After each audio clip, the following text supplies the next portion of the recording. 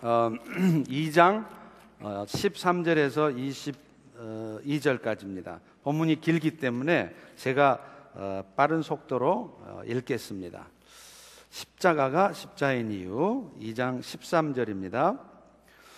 이제는 전에 멀리 있던 너희가 그리스도 예수 안에서 그리스도의 피로 가까워졌느니라. 그는 우리의 화평이신지라 둘로 하나를 만드사 원수된 것 곧 중간에 막힌 담을 자기 육체로 오시고 법조문으로 된 계명의 율법을 폐하셨는데 이것은 이 둘로 자기 안에서 한 새 사람을 지어 화평하게 하시고 또 십자가로 이 둘을 한 몸으로 하나님과 화목하게 하려 하심이라. 원수된 것을 십자가로 소멸하시고 또 오셔서 먼 데 있는 너희에게 평안 전하시고 가까운 데 있는 자들에게도 평안 전하셨으니 이는 그로 말미암아 우리 둘이 한 성령 안에서 아버지께 나아감을 얻게 하려 하심이라.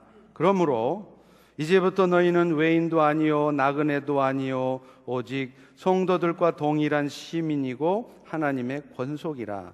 너희는 사도와 선지자의 터 위에 세우심을 입은 자라. 그리스도 예수께서 친히 모퉁이 돌이 되셨느니라. 그 안에서 건물마다 서로 연결해서 주 안에서 성전이 돼가고 너희도 성령 안에서 하나님이 거하실 처소가 되기 위해 예수 안에서 함께 지어져 가느니라. 아멘. 여러분, 십자가가 왜 십자인 줄 아십니까? 열십자, 크로스인 이유를 아십니까? 어떤 아이에게 물어봤더니 예수님 팔이 두 팔이라서 그렇다고 대답을 했습니다. 뭐 맞는 말이죠. 그 총명한 아이는 저희 집 아이입니다. 이 아이는 어렸을 적에 예수님이 십자가에 달려서 죽으신 것이 아니라 십자가에 걸려서 죽었다고 그렇게 말을 한 아이입니다. 아마 십자가에 걸려 죽으신 예수님이 저희 아이를 잘 되게 하실 줄로 믿습니다. 그런데 십자가가 십자인 이유는 그 예수님의 모습 때문이 아니라 사실은 예수님의 사역 때문이라는 겁니다. 예수님이 십자가의 죽으심을 당하신 이유는 두 가지의 화해를 위해서였습니다. 그 하나는 하나님하고 피조물인 인간 사이의 화해입니다. 이것이 십자가의 세로가 상징하는 바입니다. 하나님과 단절되어 있던 인간들이 예수님의 십자가의 죽으심 때문에 하나님과 관계가 회복되게 하신 것이죠. 또 하나는 십자가의 가로가 횡이 상징하는 바입니다. 그것은 하나님과의 관계가 회복된 사람들끼리는 이제는 서로 사람들끼리 다투고 갈등하는 게 아니라 회복되어진다는 거예요. 저는 오늘 본문을 통해서 예수님의 십자가 사역의 두 가지 의미를 여러분과 함께 나누려고 합니다. 먼저요, 예수님의 십자가 사역은 하나님과 인간을 화해하게 하는 사역이었다는 것입니다. 여러분이 아시다시피 원래 하나님은 우리 인간을 만드셨어요. 그런데도 사람들은 자신을 만든 하나님을 몰라봐요. 아주 배은망덕한 거죠. 그런데 하나님께서는 이런 배은망덕한 인간들을 내버려 두시지 않고 당신께서 친히 그 단절된 하나님과의 관계를 회복시켜 주셨다는 거예요. 이게 바로 예수님의 십자가 사역의 결과인 것입니다. 오늘 본문 에베소서 2장 16절과 18절이 그것을 말합니다. 같이 읽습니다. 시작. 또 십자가로 이 둘을 한 몸으로 하나님과 화목하게 하려 하심이라. 원수된 것을 십자가로 소멸하시고 이는 그로 말미암아 우리 둘이 한 성령 안에서 아버지께 나아감을 얻게 하려 하심이라. 이전에 우리와 하나님의 관계가 어떤 관계였냐면 원수된 관계였어요. 여러분이 예수를 알기 전에 하나님과 여러분의 관계는 원수였다는 말입니다. 그런데 오늘 우리와 하나님이 원수된 관계였다는 말은 하나님이 우리를 아주 원수처럼 죽일 놈으로 여기셨다는 말이 아니라 하나님과 우리의 관계가 단절된 상태였다는 것을 의미합니다. 그 결과 사람들은요, 스스로의 그 한계적인 지혜로, 아주 한계적일 수밖에 없는 지식과 경험으로만 인생을 살아가야 했습니다. 그렇기 때문에 그 결과 사람들 마음속에는 늘 염려가 있을 수밖에 없어요. 미래가 두려운 거예요. 현재 상황을 불평하고 원망스러울 수밖에 없는 겁니다. 그렇게 살다가 결국에는 어느 순간 죽음을 맞이하게 되는 것입니다. 오늘날 여러분, 세상 사람들은요, 참 열심히 살아요.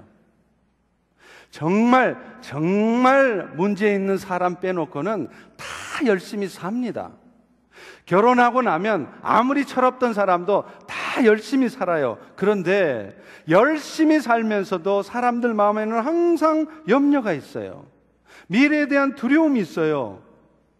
현실의 삶에 대한 불평이 있고요, 원망이 있어요. 그 이유가 뭐냐면 사실은 하나님과 단절된 상태로 말미암아서 이 땅의 삶을 그 자신의 어줍지 않은 지혜, 그 세상의 지혜, 그 많이 경험하지도 못한 그 경험 가지고 살려고 하다 보니까 겪게 되는 일들입니다. 그래서 세상 일이 자기 뜻대로 되어졌으면 좋겠지만 잘 안 되거든요. 그러니까 그것 때문에 염려하는 거예요. 그것 때문에 두려워하는 거예요. 그러다가 불평하고 그렇게 살아가는 겁니다. 그런데 오늘 우리들은, 이 자리에 앉은 우리 모두는 그 하나님과의 단절된 관계가 회복된 자들입니다. 그래서 우리 위에 하나님이 존재하신다는 것과 그분이 바로 우리의 영의 아버지이시기 때문에 우리가 아무리 부족해도 그런 우리 부족한 우리를 버리지 않으시고, 우리가 아무리 연약해도 그런 우리를 책망하지 않으시고 언제나 동일한 사랑으로 우리를 지켜주신다는 것을 우리는 알게 되는 것입니다. 그리고 그런 하나님을 우리가 의지하고 또 경험하기 때문에 오늘 또 우리는 세상을 살아가면서도 그렇게 세상 사람처럼은 염려하지 않고 두려워하지 않고 살아갈 수 있는 것입니다. 여러분, 이것이 바로 우리 예수님의 십자가 사역의 결과입니다. 예수님은 십자가의 죽으심으로 말미암아서 우리 인생들과 하나님과를 단절시켰던 그 죄의 문제를 해결하셨어요. 그렇기 때문에 그 결과 오늘 우리들은 그 하나님과 단절된 관계가 회복되어져서 이제는 더 이상 나의 그 어줍지 않은 지혜와 능력으로 사는 게 아니라 하나님의 능력과 하나님의 지혜 가운데 사는 것입니다. 그래서 오늘 또 우리 마음에는 주님이 주시는 평안이 누려질 수 있는 것이죠. 그런데 말이죠, 오늘 이렇게 하나님과의 관계 회복이 이미 이루어져 있는 우리의 삶 가운데도 여전히 어떤 사람들에게는, 어떤 경우에는 여전히 염려와 두려움이 있고 불평과 원망이 있다는 것입니다. 그것은 왜 그러느냐면 그리스도께서 이미 우리 관계를, 하나님과의 관계를 회복시켜 놓으셨다는 것을 온전히 알지 못하고, 그래서 그 하나님의 은혜를 누리고 살지 못하기 때문이에요.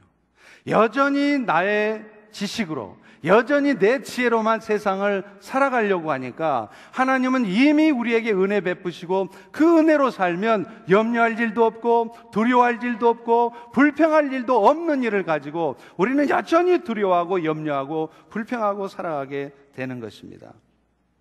고린도후서 1장 8절과 9절에 보면 바울이 이렇게 말해요.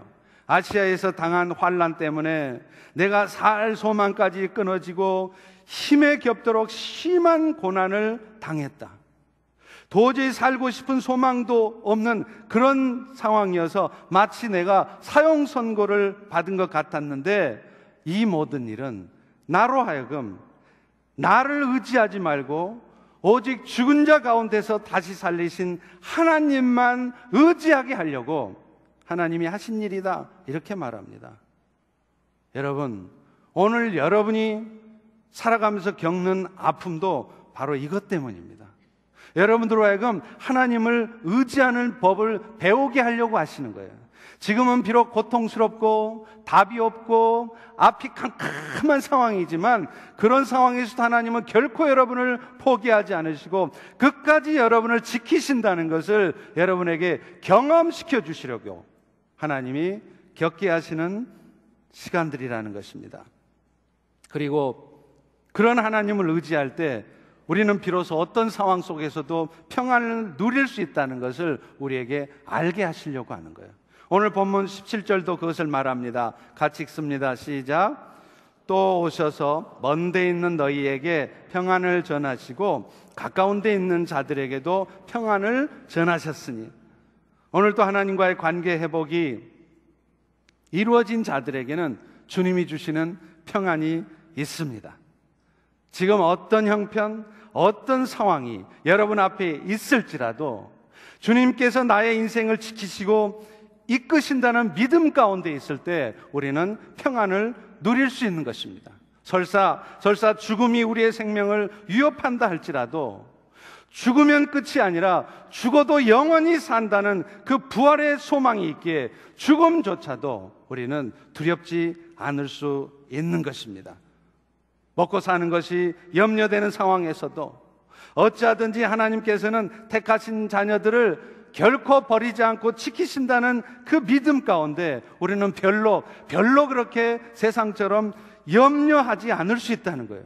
어떤 삶의 위협이 여러분 앞에 존재해도 이 세상의 주인 되신 하나님께서 여러분 인생을 커버하실 것이고 여러분을 보호하실 것이라는 것을 믿기에 오늘 우리는 두려움이 없을 수 있는 것입니다. 여러분, 이 은혜가 바로 그리스도의 십자가의 사역의 결과인 것입니다.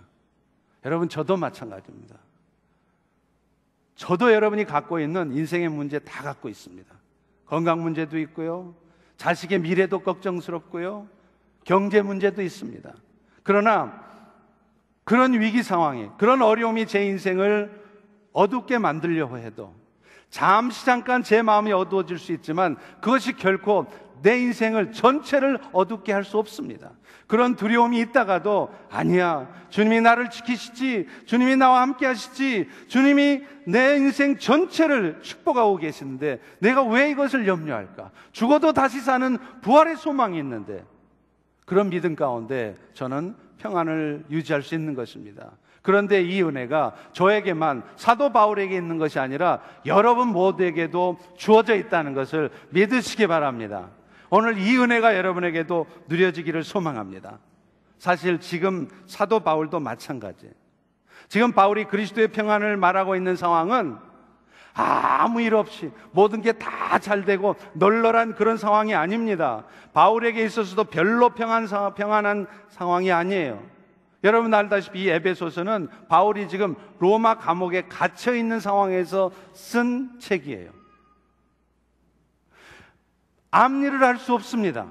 앞으로 1년 후에 자기가 죽을 수도 있고 내가 언제까지 이 감옥에 갇혀 있어야 될지 도무지 알 수 없는 그런 상황인데 바울은 이 서신을 쓰고 있다는 거예요. 빌립보서 1장 12절에 보면 그런 상황에서 바울은 뭐라 그럽니까? 형제들아, 내가 당한 일이 도리어 복음 전파의 진전이 된 줄을 너희가 알기를 원한다. 바울의 관심은 내가 지금 감옥에 갇혔는데 이 일을 어째, 내가 언제나 이 감옥에서 풀려나지, 그거 염려하고 이걸 위해서 성도들에게 기도해달라고 부탁하는 게 아니라 내가 감옥에 갇힌 이 일 때문에 오히려 복음이 더 잘 전해지게 되었으니 이거 기뻐해달라고 편지하는 거예요. 빌립보서 1장 18절에도 그렇게 말합니다. 나는 이 일로 인하여 기뻐하고 기뻐한다. 나만 기뻐한 것이 아니라 우리 담임 목사님 복음 전하다가 감옥에 갇혔대. 이 일을 어떻게, 우리 담임 목사님을 위해서 기도해야 되겠어. 울며 불며 하나님, 우리 담임 목사님 감옥에서 풀려나게 해달라고 기도하고 있는 성도들에게 뭐라 그러냐면 너희 울지 말라. 나 감옥에서 풀려지게 해달라고 기도하지 말라는 거예요. 오히려 내가 감옥 갇힌 이 일로 인해서 기뻐하라고 성도들에게 기도 편지를 보내고 있는 것입니다. 여러분, 이런 절망적인 상황에서 바울이 기뻐할 수 있고 그런 평안을 누릴 수 있는 이유가 무엇일까요? 바로 예수 그리스도의 십자가 사역의 결과입니다. 오늘 이 자리에 앉아 계신 저와 여러분, 우리 모두도 이 은혜가 실제적으로 누려지기를 주의 이름으로 축원합니다. 그런데요, 십자가에 또 하나의 사역이 있어요. 그것은 바로 사람들 사이의 관계 회복이라는 거예요. 사실 하나님과의 관계가 잘 회복되어지는 사람이라면요, 사람 사이의 관계도 반드시 시간차가 있고 정도 차이가 있지만 사람 사이의 관계도 회복되어지게 돼 있습니다. 여러분, 오늘날 사람들은요, 왜 갈등하며 살아갈까요? 사람들은 누구나 자기와 생각이 비슷하고 자신에게 도움이 되는 사람과는 가까이 지내요. 그렇죠? 그런데요, 반대로 그분의 생각이 틀린 생각이든 맞은 생각이든 상관없이 나하고 생각이 다른 사람하고는 별로 가까워지지 않습니다. 자기에게 손해를 끼치는 사람, 자기를 고통스럽게 하는 사람하고는 멀어지게 되어 있어요. 또 어떤 경우에는요, 심지어는 그가 나에게 아무런 손해를 끼치지 않았는데도 괜히 미운 경우도 있어요. 우리가 흔히 하는 말처럼 주는 것 없이 미운 사람이 있죠. 그런 사람이 있어요. 예를 들면 보통 나서지 않고 조용하게 지내는 사람들 입장에서는요, 소위 말해서 설치는 사람들을 보면 괜히 미워져요. 그런데 그 미움이 생기는 이유가 뭐냐? 지금 그 사람이 뭔가 일을 잘못하고 있어서가 아니에요. 단지 그 사람이 나와 성향이 다르기 때문에 그런 모습이 내가 싫은 거예요. 내가 받아들여지지를 않는 거예요. 그래서 미운 거예요. 우리는 보통요, 나서서 설치는 사람들을 보면 개성이 강하다고 생각합니다. 맞습니다.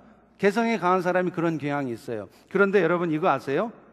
심리학적인 연구 결과에 따르면 사실은 조용히 말 않고 지내는 사람이 더 개성이 강하대요. 소위 말해서 똥꼬집이 있는 거예요. 아무 말 안 하고 있지만 사실은 자신이 생각하는 것에 대해서 지나치게 집착합니다. 그래서 좀처럼 자신의 생각을 바꾸려 들지를 않아요. 그래서 사실은요, 사람을 상대해 보시면 아무 말 않고 조용히 있는 사람이 사실은 상대하기가 더 힘듭니다. 또 어떤 경우는요, 일하는 스타일이 달라서 부딪히는 경우도 있습니다. 비즈니스를 해도 마찬가지예요. 저희 교회도 있더라고요, 보니까. 부부지간에 비즈니스를 하는데 맨날 다퉈요. 여러분, 부부지간에 비즈니스 하지 마시기 바랍니다. 다퉈요. 왜 그러냐면 아내들은 보통 돌다리도 두들겨 보듯이 아주 신중하게 일 처리를 하는 반면에 대부분 남편들은요, 직관적으로 일 처리를 해요. 그런 부분은 반드시 싸우게 돼 있습니다. 물론 둘 다 장단점이 있습니다. 여러분, 부부가 둘 다 신중하기만 하면 문제는 안 생기겠지만 대신 발전 가능성이 없어요. 맨날 제자리일 수 있어요. 반대로요, 둘 다 직관적이기만 하면 난리가 납니다. 온통 정신이 없어요. 그런데 대신에 신중한 사람만 있으면 10년 지나도 안 될 일이 단 1년 만에 끝나는 수가 있다는 거예요. 결국은 두 부류의 사람이 함께 있으면 좋은데 문제는 사람들은 자기와 다른 사람들을 좀처럼 기다려주거나 함께 하려고 하지를 않는다는 거예요. 신중한 사람들은요, 직관적인 사람들을 무모하다고만 말해요. 저 사람 너무 무모해. 반대로요, 직관적인 사람들은 신중한 사람들을 보고 뭐라고 그럴까요? 답답하다고 그래요.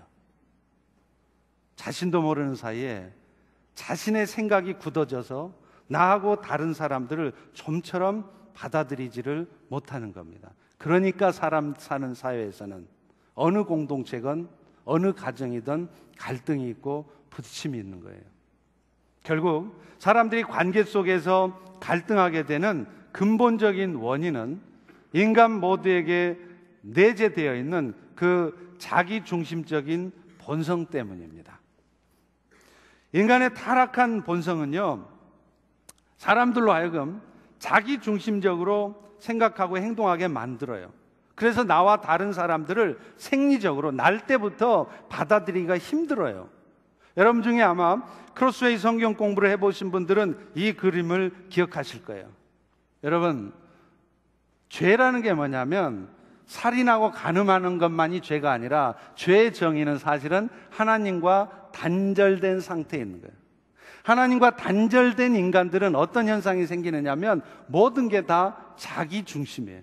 자기 생각에서 비롯돼서 자기 생각으로 결정하고 자기 기준이 모든 판단의 기준이에요. 그래서 사람들과 단절되어 있는 겁니다. 그러나 하나님과의 관계가 회복된 사람들은 자기 중심으로 생각하지 않습니다. 하나님의 입장에서 생각하고 남의 입장을 배려하는 거예요. 그러니 죄 가운데 있는 이런 인간들, 자기 중심적인 사람들끼리 살아가는 이 세상이 항상 부딪힘이 있고 갈등이 있는 것이 당연한 겁니다. 그런데 예수 그리스도께서 십자가에 죽으심을 당하신 것은 이 서로 갈등하고 하나 되기가 무지하게 힘든 사람들을 하나 되게 하시기 위해서 그 죽으심을 당하셨다는 거예요. 오늘 본문 13절과 14절로 말씀합니다. 다 같이 한번 읽어봅니다. 시작. 이제는 전에 멀리 있던 너희가 그리스도 예수 안에서 그리스도의 피로 가까워졌느니라. 그는 우리의 화평이신지라 둘로 하나를 만드사 원수된 것 곧 중간에 막힌 담을 자기 육체로 허시고. 여러분, 원래 에베소 교회 안에도요 두 부류의 사람들이 있었는데 절대로 하나가 될 수 없는 사람이었어요. 한 부류는 유태인 출신 그리스도인들인데요, 이 사람들은 무할레당이라고 칭함을 받았던 사람들, 다시 말하면 그 이방인 출신 그리스도인들을 아주 미워했습니다. 왜냐하면 유태인들은 자기들 스스로는 아브라함의 자손으로 아브라함의 피를 받은 혈통을 가진 사람이라는 거예요. 그런데 저 이방인 출신 그리스도인들은 진짜 하나님의 나라 백성 아니다, 하나님 나라에 대한 소망도 없던 사람들이다. 그래서 그 유대 출신 그리스도인들은 그 헬라 출신 이방인들을 아주 무시하고요, 아주 천대시했어요. 그런데 이방인 그리스도인들 역시도 마찬가지입니다. 그 유대 출신 그리스도인들 보고 저 사람들은 아주 기득권만 주장하는 아주 나쁜 사람들이에요. 자기 배만 위하고 아주 배타적이고 이기적인 사람들이라고 그렇게 서로 싫어했어요. 그런데 이렇게 서로 원수지간이었던 자들이 그리스도의 피로 가까워집니다. 예수님의 피가 그 원수되었던 사람들을 서로 화평케 한 것입니다. 사랑하는 성도 여러분, 에베소에 그렇게 원수지간이었던 사람이 서로 하나가 될 수 있었듯 오늘 그리스도의 은혜를 입은 우리 모두도 온전히 하나가 될 수 있다는 사실을 믿으시기 바랍니다. 그 피의 능력을 의지하면 정말로 우리도 하나가 될 수 있습니다. 어떤 원수지간과 같은 평생을 등지고 살아야 될 것 같은 그런 앙숙지간의 관계도 회복될 수 있다는 것을 믿으시기 바랍니다. 갈등할 수밖에 없고 관계의 아픔을 겪을 수밖에 없는 사람들이 그리스도의 피로 서로 가까워지고 회복되는 역사가 예수님의 십자가의 사역의 결과 주어진다는 거예요. 자, 그런데 문제는 오늘 우리의 현실은 어떻습니까? 교회 안에도요, 알게 모르게 갈등이 있어요. 올드 멤버들과 뉴 멤버들 사이에 보이지 않는 갈등이 있습니다. 여러분, 영적 아비와 같은 담임 목사 입장에서는요, 정말 제일 마음 아프고 속상한 일이 뭔지 아세요? 성도들끼리 서로 다투는 거예요. 지나놓고 보면 복음의 본질도 아닌 그런 문제를 가지고 서로 다투고 갈등하는 모습을 보면 너무 마음이 아픕니다. 가지 많은 나무에 바람 잘 날 없다고 성도들이 그렇게 다툴 때 너무 마음이 아픈 것이 마치요, 아버지가, 엄마가 자식 둘이, 아들 두 놈이 있는데 이 두 놈들끼리 서로 아무것도 아닌 일을 가지고 다투고 싸우는 모습을 볼 때 부모된 엄마 아빠 마음이 얼마나 아픕니까? 제 마음이 그렇더라는 거예요. 물론 저희 펠로십 교회에 그런 일이 있다는 것은 아닙니다. 그런데 왜 그럴까요? 왜 예수님의 십자가의 사역의 결과 우리는 하나 될 수 있는데도 이런 갈등이 교회 안에 여전히 존재할까요? 왜 그것 때문에 누군가는 아파하고 지금 여전히 힘들어하고 있을까요? 이유가 있습니다. 이런 회복들이 하루아침에 한순간에 일어나는 것이 아니라는 거예요. 다시 말하면 십자가의 은혜를 잊기만 하면 그 순간 그렇게 원수지간이었던 관계가 하루아침에 좋아지는 것도 아니고, 예수님의 십자가의 은혜만 입으면 주변의 모든 사람들이 하루아침에 다 천사로 보여지는 것도 아니라는 겁니다. 예수님의 십자가의 사역의 결과가 오늘 우리에게 온전한 모습으로 나타나기까지는 시간이 필요해요. 그리고 실제로 그런 역사가 우리 가운데 있기 위해서는 우리 자신이 스스로 애쓰고 노력해야 되는 그 노력이 있다는 것입니다. 오늘 본문 21절도 그것을 말합니다. 우리 21절 읽습니다. 시작. 그의 안에서 건물마다 서로 연결하여 주 안에서 성전이 되어가고. 여러분, 구약시대 성전은요, 그것이 봉헌되어질 때마다 여호와의 영광이 성전에 가득했대요. 그렇다면 오늘 하나님의 영이 거하시는 성전된 우리도 예수만 믿기만 하면 하나님의 영광이 우리 인생 가운데 충만해야 될 거 아니에요? 하나님의 부유하심, 하나님의 온전하심이 우리 가운데 나타나야 될 거 아니에요? 그런데 안타깝게도 그 영광은 지금 우리에게 온전한 모습으로 나타나지 않고 있다는 것입니다. 오늘날 교회 안에도 보면요, 하나님의 영광을 나타내기는커녕 좀 심한 표현을 하자면 마귀의 모습을 보는 사람들도 아주 가끔은 있습니다. 그래서 그런 사람들 때문에 이제 나도 예수 믿고 신앙생활 좀 해봐야 되겠다, 그래서 처음 교회에 나온 사람들이 시험을 들기도 한다는 거예요. 예수만 믿으면 모두가 다 예수님처럼 될 줄 알았는데 막상 교회 안에 와보니까 안 그런 거예요. 이거는 예수님은 고사하고 세상 사람보다 더 막가는 인간들도 교회 안에 있는 것을 보니까 시험 드는 거예요. 그래서 교회를 떠나는 거예요.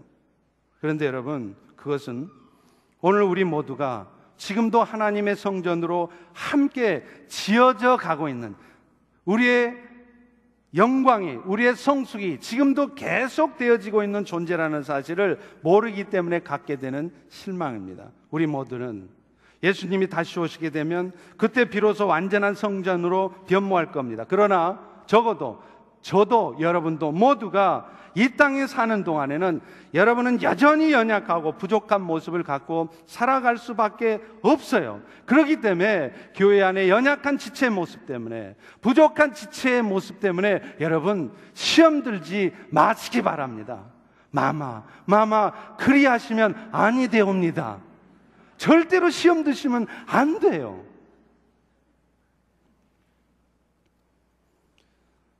이미 사람과의 관계를 회복시켜 놓으신 그리스도의 은혜가 오늘 우리의 삶에 실제로 드러나고 나타나기 위해서도 우리에게는 여전히 시간이 필요하고, 그것을 이루어가기 위한 과정 속에서 우리의 노력이 필요하다는 것입니다. 그렇다면 여러분, 우리가 사람과의 관계도 완전히 회복되고, 그래서 우리의 삶에도 하나님의 온전하심이, 하나님의 영광이 나타나도록 하려면 우리가 어떻게 해야 됩니까? 어떤 노력이 여러분들에게 필요합니까? 무엇보다도요, 가장 먼저 여러분, 성도 간에 모이기를 힘쓰시고 성도 간의 교제에 힘쓰시기를 부탁드립니다. 다시 한번 21절을 읽겠습니다.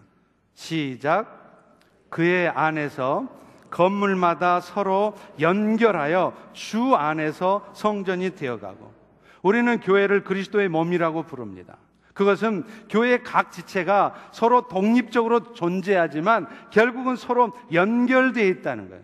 우리 인간의 몸도 그렇잖아요. 위 따로, 간 따로, 모든 organ들이, 기관들이 다 따로 독립되어 있지만 서로 연결되어 있습니다. 마찬가지로 교회도, 그리스도의 몸된 교회도 다양한 지체가 있어요. 그 지체들 중에 어떤 지체는 중요하고 어떤 지체는 덜 중요하고 그런 거 없습니다. 다 중요합니다. 그런데 모두가 다 그리스도의 몸을 위해서 필요한 존재이고 서로 연결되어지고 서로 통하고 있어야 된다는 거예요. 로마서 12장 5절에 이렇게 말합니다. 이와 같이 우리 많은 사람이 그리스도 안에서 한 몸이 되어 서로 지체가 되었느니라. 여기서 서로 지체가 되었다는 말은 원어상으로 분석을 하면 서로가 서로에게 속해져 있다는 것, 서로가 서로에게 연결되어 있다는 것입니다. 다시 말하면 서로 아무 상관없이 혼자 잘 살아가면 되는 것이 아니라 서로가 서로에게 속해 있어서 상대의 존재가 곧 나의 존재의 근원이 된다는 거예요. 그렇기 때문에 그리스도 안에서 한 몸이 된 우리 지체들은 서로가 서로에게 연결되어지고 서로가 서로를 교제하고 그런 교제를 가질 때만이 그 교제 안에서 우리는 생명이 유지되어지고 성숙되어진다는 겁니다. 물론 어떤 사람들의 경우에는요, 생리적으로 날 때부터 사람들하고 교제하는 것이 어려운 사람들도 있습니다. 사실은요, 저도 그런 사람 중에 하나였어요. 제가 고등학교 다닐 시절에 공적인 일 때문에 다른 여학교 학생을 한번 만난 적이 있습니다. 근데 그 전날부터 얼마나 긴장이 되던지요, 막 손이 덜덜덜 떨리고요. 그래서 그 여학생을 만났는데 1시간 동안 말 한마디 못하고 할 말도 제대로 못하고 벌벌벌 떨다가 물만 벌컥벌컥 마시다가 나왔습니다. 지금 여러분이 아마 저의 모습을 보면 상상하기 힘드실 거예요. 어쨌든 과거의 저처럼 많이 내성적이고 많이 내향적인 분들은 그렇게 사람 만나서 성도 간에 교제하고 하는 게 굉장히 의외로 어려운 분들이 있을 수 있습니다. 이해합니다. 그리고 또요, 어떤 사람들의 경우에는 소그룹 모임을 하면서 어떤 이유에서건 다른 지체 때문에 깊은 상처를 받는 경우가 있어요.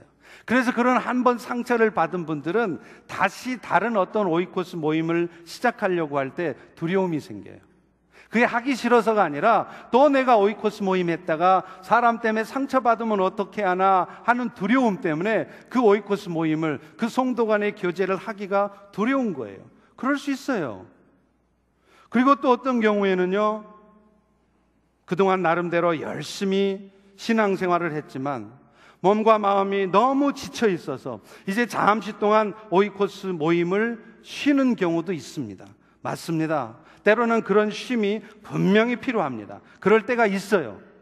그런데 여러분, 성경이 말하고 있는 분명한 진리는 그럴지라도 교회 지체가 된 성도들은 결국은 다른 지체들과 연락하고 교제를 하고 있을 때 진정한 성숙이 일어난다는 겁니다. 하고 말하면 앞서서 말한 그런 연유 때문에 잠시 동안 교제를 쉴 수도 있지만 그런 문제들도 결국에는 여러분이 극복하셔야 되는 문제라는 거예요. 그래서 성도 간의 교제를 나눌 때 우리가 진정 성숙한 그리스도인이 된다는 겁니다. 왜 그런 줄 아세요? 또 하나의 이유가 있습니다.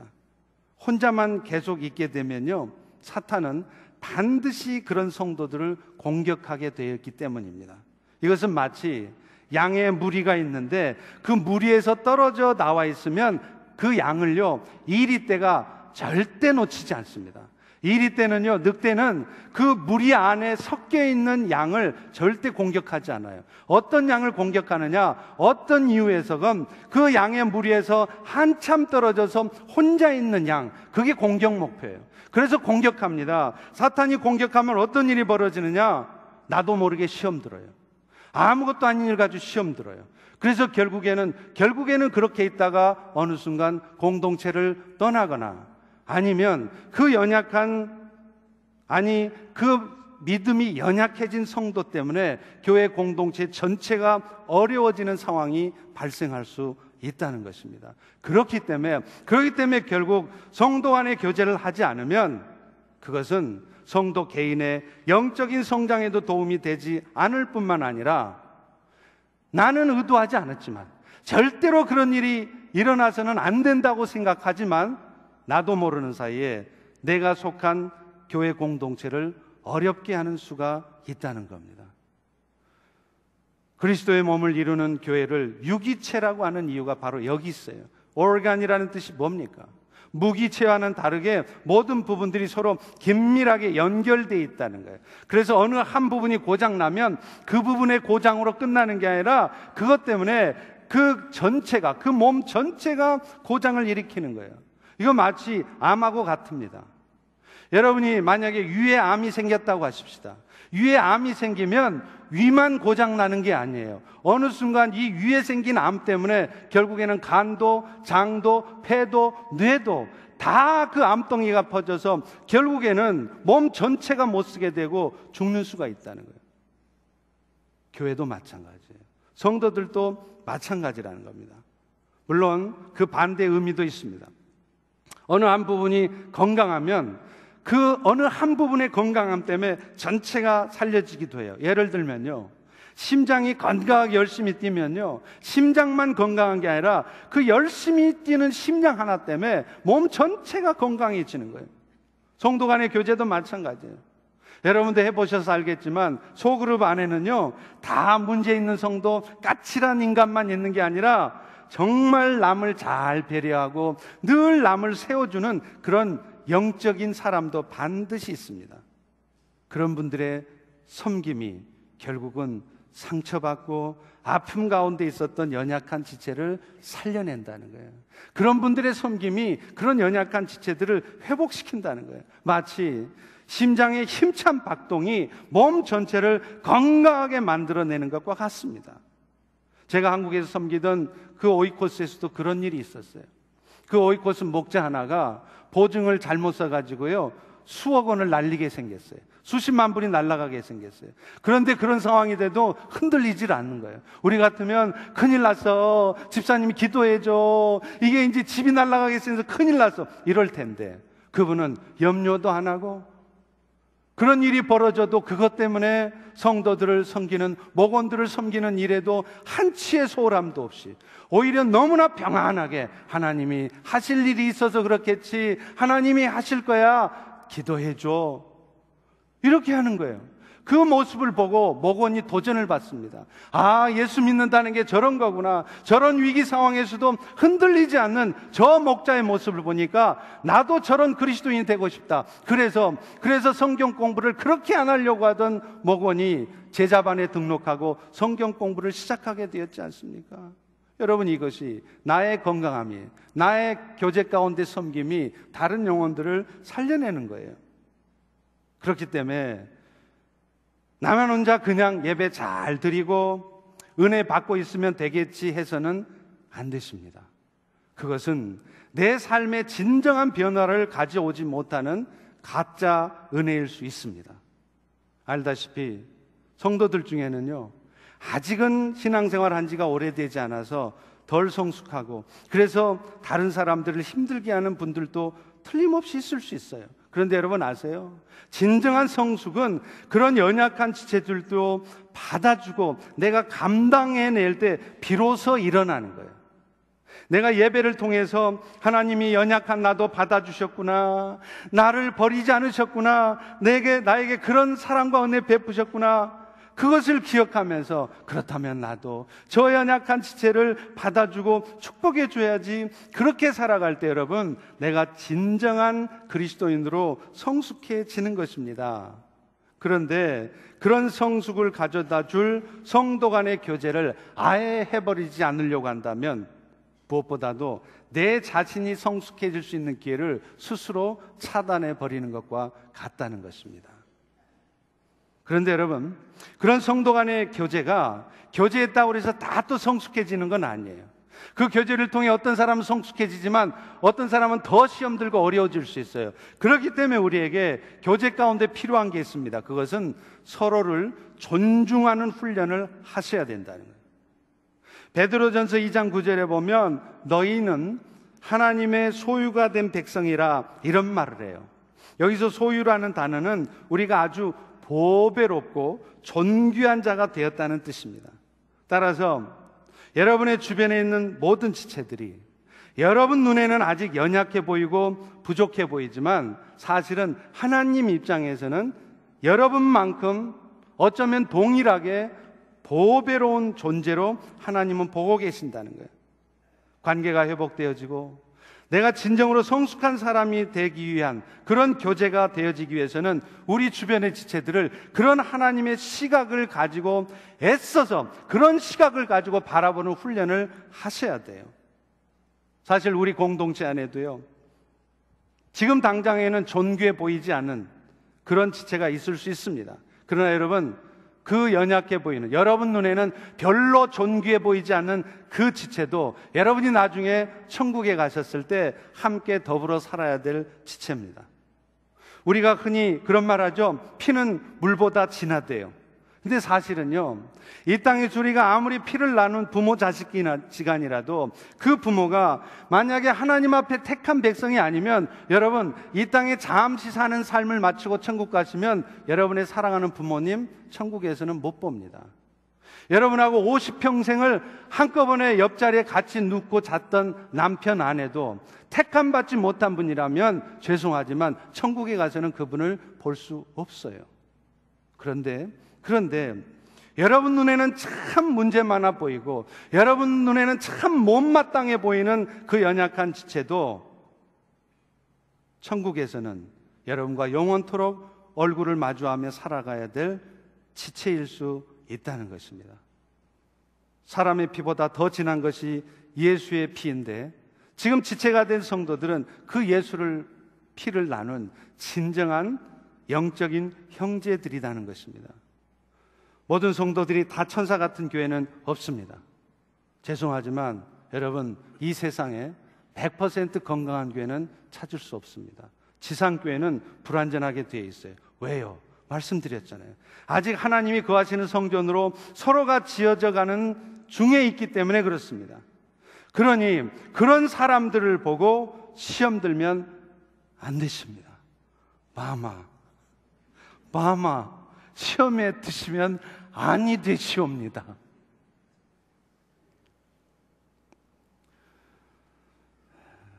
하나님께서 왜 우리에게 내 눈에 보기에는 그렇게 성숙해 보이지 않는 지체를 보내주셨을까요? 왜 그런 지체들을 여러분 옆에 두셨을까요? 이유가 있어요. 철을 날카롭게 하듯이 여러분 눈에는 성숙해 보이지 않는 그 지체의 모습을 보면서 네 자신을 보라는 거예요. 네 안에도 저런 모습이 있다는 것을 깨달으라는 것입니다. 그래서 저 까칠한 지체의 모습을 통해서 먼저 너의 까칠한 모습을 고치라는 거예요. 그것이 하나님이 우리 인생 가운데, 성도 간의 교제 가운데 내 눈에 보이기에는 연약한 지체를 붙여주시는 이유입니다. 그래서 그 연약한 성도들의 부족함을 내가 감당해 주면서 사실은 내가 성숙해져 가기를 원하는 거예요. 갈라디아서 6장 1절에도 분명히 말합니다. 형제들아, 사람이 만일 무슨 범죄한 일이 드러나거들랑 신령한 너희는 온유한 심령을 가지고 그 사람들을 바로 잡고 야단치고 눈에 도끼 서린 눈빛으로 쏘아붙이는 말로 그렇게 하지 말고 온유한 심령으로 바로잡고 무엇보다도 네 자신을 살펴봐서 너도 그런 시험을 받지 않도록 주의하라는 거예요. 이것을 위해서 우리가 실천적으로 해야 될 일이 있습니다. 그것은 지체의 어떤 연약함에 대해서도 험담하지 않는 겁니다. 사실 이 험담하지 않는 것, 이것만 잘 지켜줘도요, 가정은 행복해집니다. 교회 공동체는 회복되게 돼 있어요. 다른 사람에 대해 험담을 하는 것보다 더 빨리 관계를 파괴시키는 것은 없습니다. 잠언 16장 28절에 말합니다. 패역한 자는 다툼을 일으키고 말쟁이는 친한 벗을 이간시키느니라. 우리가 서로를 존중한다는 것은 딴 거 아니에요. 그 사람에 대한 소문을 퍼뜨리는 대신에 예수 안에서 한 지체된 그분의 명예를 지켜주는 겁니다. 그들의 모습이 내 안에도 있을 수 있다는 것을 기억하고, 그래서 그들의 연약한 모습을 보는 것이 아니라 그들의 긍정적이고 잘 되고 있는 부분을 자꾸 바라보는 훈련을 하는 거예요. 그것이 우리가 서로를 존중하면서 교제한다는 것입니다. 그리고 존중하며 하는 교제를 할 때 우리는 비로소 성숙해지고 온전한 삶을 살고 연약한 지체도 살려낼 수 있는 겁니다. 미국의 줄리아드 음대 바이올린 교수 중에 강요 선생이 있어요. 그분은 세종 솔로이스트라는 현악단을 만들었는데요, 지금 전 세계를 다니면서 공연을 하는데 세계 최고의 수준이라는 평가를 받는데요, 저는 잘 모르겠어요. 근데 이 강요 교수는 바이올리니스트들이 가장 사사받고 싶어하는 교수래요. 이분이 그런 인기를 얻는 비결은 간단합니다. 자기에게 맡겨진 학생들을 한 학생 한 학생 매번 최선을 다해서 가르치되 항상 칭찬을 해준다는 거예요. 그리고는 그 학생이 가지고 있는 잠재력을 발견하고 그것을 개발해 갈 수 있도록 도와준다는 거예요. 여러분, 40년 가까이 학생을 지도해온 그 교수가 척하면 삼천리죠. 그 학생의 부족함을 모르겠어요? 문제점을 보지 못하게 해서 한번 활캐는 거 딱 보면 금방 압니다. 뭐가 문제인지 금방 알아요. 그런데 그 교수는 웬만하면 그 학생의 부족한 부분이나 문제점을 지적하는 것이 아니라 그 학생의 장점을 보고 그 부분을 강화할 수 있도록 칭찬을 더 많이 해준다는 거예요. 그럴 때 그 부족한 부분들이 개선되어지는 것입니다. 여러분, 오늘 우리 모두는요, 불완전한 존재입니다. 여러분, 이 자리에 나는 하나님 앞에 온전한 사람이다라고 말할 수 있는 사람이 누가 있습니까? 우리 모두 함께 거룩한 성전으로 지어져 가고 있는 존재예요. 그 과정에서 우리에게 필요한 것은 연약한 사람들 모습에 실망하고 그런 사람들을 자꾸 피하려고만 하는 게 아니라 오히려 부딪히는 거예요. 직면하는 거예요. 컨프런테이션 하라는 겁니다. 제가 자주 하는 말이 있지 않습니까? 까칠한 김집사 피해서 저쪽으로 갔더니 거기는 더 까칠한 누가 있다고요? 김 권사가 기다리고 있는 거예요. 까칠한 그 김집사가 까칠한 인간으로만 보이는 것이 아니라 어느 순간 불쌍한 김집사, 아니 더 나아가서는 존귀한 김집사로 보일 때까지 한번 버텨보시기를 바랍니다. 그것이 진정한 성숙입니다. 마지막으로요, 그 성도 간의 교제는 영적 유익이 되는 교제해야 된다는 거예요. 여러분, 오이코스 모임이요, 단순히 교제하는 모임이 되면 그 교제는 목원들을 영적으로 세워내지를 못해요. 한국에 섬기던 교회에서도 어떤 소그룹 모임은요, 모이기만 하면 웃음이 떠나질 않아요. 늘 풍성한 식탁을 준비해서 음식이 아주 풍성합니다. 참 재밌습니다. 그런데 문제는 그 소그룹에서는 하나님의 은혜의 역사를 경험할 수가 없다는 거예요.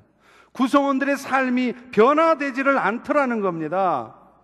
여러분, 오이코스 모임이 그저 음식 나누며 교제만 하는 장이 되면 세상의 사교 모임과 다를 바가 무엇입니까?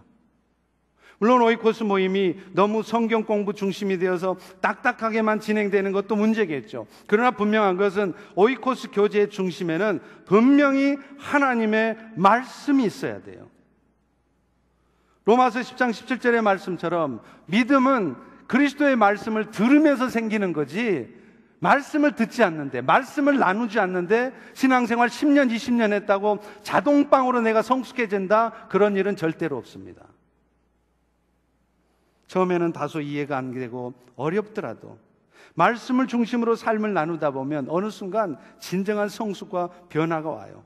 그래서 저 오이코스는 사람이 들어가기만 하면, 저 오이코스만 들어가면 사람들이 변화돼, 이런 소리를 들어야 돼요. 그런데 반대로 저 오이코스는 참 재밌기는 한데 1년 내내 오이코스 해봐야 영적인 유익이 없어, 그런 소리를 들으시면 안 돼요. 그런 오이코스 모임은 하나만 합니다. 분명 오이코스 모임은 말씀 중심의 교제해야 돼요. 또 하나 있습니다. 오이코스는 기도하는 모임이 돼야 된다는 것. 오늘날 우리의 삶의 모든 문제가 하나님이 하신 일이라면 그 해결의 열쇠 또한 분명히 하나님한테 있어요. 그것이 경제적인 문제건, 여러분의 건강 문제건, 고통 가운데 있는 다른 지체를 위해서 함께 눈물로 기도해 보십시오. 서로 위로해 줘 보세요. 그 자체가 얼마나 위로가 되는 줄 몰라요. 그리고 그런 간절함을 가지고 서로를 위해서 기도하면은요, 그 자체가 위로도 되지만 그럴 때 놀라운 하나님의 역사가 나타나요. 목원들이 열심히 기도했더니 수년 동안 아이가 없던 가정에 아이가 생겼어요. 실제 있었던 일입니다. 또요, 오랫동안 건강 문제로 힘들었던 지체가 진짜 놀랍게 치유되어지는 역사가 있어요. 가족 간의 관계가 회복됩니다. 가정을 떠났던 남편이 돌아오고요, 집 떠났던 아들이 돌아와요. 영식아, 아버지 바지 줄여놨다, 빨리 돌아오라. 이런 60년대식 신문 광고 안내도 그 집 나간 아들이 저절로 돌아온다는 거예요. 어떨 때요? 소그룹 안에서 간절한 마음으로 기도할 때요. 그런 면에서 오이코스 목자 되신 분들, 여러분의 가장 큰 임무는 딴 거 없습니다. 목원들을 위해서 기도하시는 거예요. 담임 목사가 성도들을 위해서 멋들어지게 설교는 잘하는데 성도들을 위해서 기도하지 않으면 그 사람이 담임 목사입니다. 담임 목사입니까? 담임 목사입니까? 자격 없는 거예요. 마찬가지예요. 목자가 해야 될 가장 첫 번째 임무는 목원들을 위해서 기도하시는 겁니다. 내 비즈니스를 위해서, 내 자식들을 위해서 기도 못해도요, 목원들을 위해서 기도해 보세요. 그러면 어떤 일이 생기는 줄 아세요? 내 비즈니스가, 내 자식 일이 오히려 더 잘 되게 하세요. 마태복음 6장 33절에 분명히 말씀합니다. 하나님의 나라와 의를 구하라. 그리하면 먹을 것, 마실 것, 입을 것, 이 모든 것 너희에게 더해 주실 것이다. 목원들도 마찬가지죠. 목자를 위해서 기도하셔야 돼요. 여러분의 목자가 아무리 부족해 보이고 어설퍼 보여도 하나님이 세우셨다면 순종하십시오. 그리고 그 목자와 함께 늘 기도하십시오. 간절한 마음으로 기도할 때 놀라운 은혜 역사를 경험합니다. 그러면 그 다음서부터는 그 오이코스 모임이 한 달에 몇 번이 아니라 매일 있어도 가게 돼 있습니다. 왜요? 그 오이코스 모임 안에는 은혜의 역사가 있고요, 하나님의 위로가 있고요, 치유와 회복이 있기 때문입니다. 이제 다가오는 한 해 2016년 새 회개연대는 우리 펠로우십에 오이코스 모임마다 이런 놀라운 치유와 회복의 역사가, 하나님의 놀라운 은혜 역사를 간증하는 역사가 있기를 간절히 축원합니다. 이제 우리 다 일어나셔서 함께 찬양하겠습니다. 주 안에 우린 나라, 모습은 달라도 예수님 한 분만 바라네. 사랑과 선행으로 서로를 격려해 따스한 눈으로 보듬어가리. 주님 우리 안에 함께 하시니 형제자매의 기쁨과 슬픔 느끼네. 내 안에 있는 주님 모습 보네. 그분 기뻐하시네.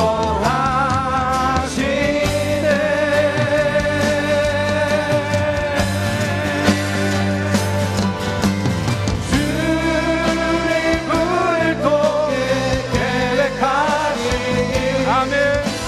부족한 입술로 찬양하게 하시니 주님 우리를 통해 계획하시니 너를 통해 하시는 길에 주님 우리를 통해 계획하시니 주님 우리를 통해 계획하시니 아멘 아멘. 부족한 입술로 찬양하게 하시니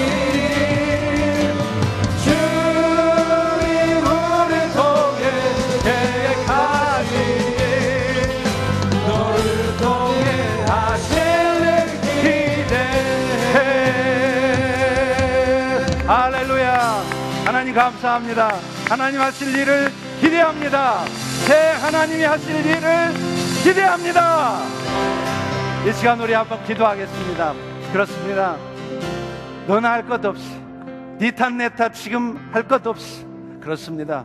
우리 모두가 다 문제 있었습니다. 우리 모두가 다 연약한 자입니다. 그러나 그런 우리를 포기하지 않으시고 오늘도 우리를 끝까지 그 영원한 나라까지 이끌어가며 우리를 오늘도 거룩한 성전 삼으신 하나님의 역사가 있기를 원합니다. 이제 벨로십에 그 놀라운 하나님의 부요하심이, 살아 역사하심이 나타나기를 원합니다. 하나님 도와주시옵소서. 이제 벨로십에 그 놀라운 은혜 역사를 주시옵소서. 우리는 못합니다. 성령님이 하셔야 합니다. 성령만이 할 수 있습니다.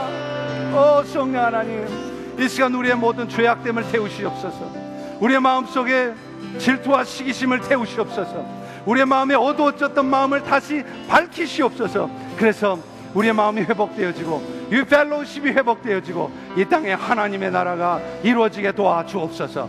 우리 통성으로 같이 기도하겠습니다. 할렐루야. 아버지 하나님, 주님 도와주시옵소서. 하나님 도와주시옵소서. 하나님 우리 모두는 아무것도 아닙니다. 우리가 하는 일은 아무것도 없습니다.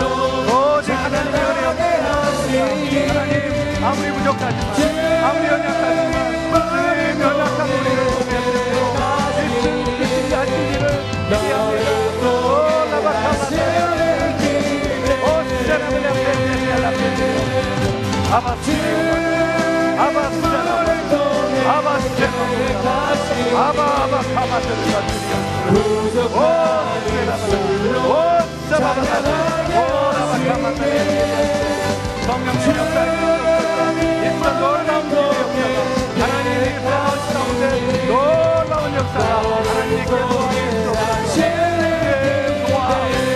도와주시옵소서. 하나님 도와주시옵소서. 하나님 도와주시옵소서. 하나님 그렇습니다. 우리 모두는 이미 예수 안에서 하나입니다. 모습은 서로 다르지만 우리 안에는 여전히 연약함과 부족한 모습이 있지만 하나님, 우리가 정말 진정 그리스도 안에서 한 지체인 것을 먼저 기억하기를 원합니다. 하나님, 그러나 우리는 연약해서 그 지체가 나와 한 피를 나눈 한 몸이라는 것을 기억하기 전에 우리의 마음이 먼저 어둠이 임합니다. 우리의 마음에 불안함과 두려움이 앞섭니다. 하나님, 이런 어두운 마음들을 이 시간 성령께서 가져가 주시기를 원합니다. 치유하시기를 원합니다. 우리의 마음속에 어떤 이유에서건 어두워져 있고 시험 들어 있고 하나님을 떠나 있는 마음이 있거든 이 시간 우리의 이 마음들을 회복시켜 주시옵소서. 성령님, 사람의 어떤 말로 해도 이 일은 되지 않습니다. 오직 성령께서만이 우리의 상처 입은 마음을 회복하고 우리의 신앙을 회복시킬 수 있습니다. 하나님, 진정으로 우리 펠로십이 회복되어지기를 원합니다. 하나님, 이 땅에 수많은 교회들이 있는데 수많은 교회들이 찢어지고 갈라지고 무너지고 있는데 하나님, 이 땅에 다윗의 장막이 회복되어지기를 소망합니다. 펠로십이 회복되어지기를 소망합니다. 진정한 공동체가 되기를 소망합니다. 그리스도 안에서 원 바디가 되기를 소망합니다. 하나님, 이 시간 우리 모두의 연약함을 새롭게 하시기를 원합니다. 지금 이 시간 이후로 이제 다가오는 새로운 회개연도, 다가오는 한 해 동안에는 우리 안에 지체 간에 서로 갈등하고 아파하는 것이 아니라 연약함에도 불구하고 기다려주고 축복해주고 섬겨주는 그런 진정한 교제가 있게 도와주시고, 그것이 상처 입은 마음을 치유하고 신앙을 성숙시켜가는 은혜가 되도록 하나님 역사하여 주시옵소서. 이제 펠로우십을 통해 이루실 일을 기대합니다. 하나님이 이루실 일을 찬양합니다. 펠로우십을 통하여 영광받아 주시옵소서. 지금은 우리 주님 예수 그리스도의 은혜와 하나님 아버지의 영원하신 사랑하심과 성령님의 충만케 하시는 역사가 이제 더 이상 어떤 어둠 가운데도 있지 않으며 성도 간의 깊은 사랑의 교제를 통하여 그리스도의 영광의 빛을 발하기를 소망하는 펠로우십의 모든 성도들 머리 위에 영원토록 함께 하시기를 축원하옵나이다. 아멘.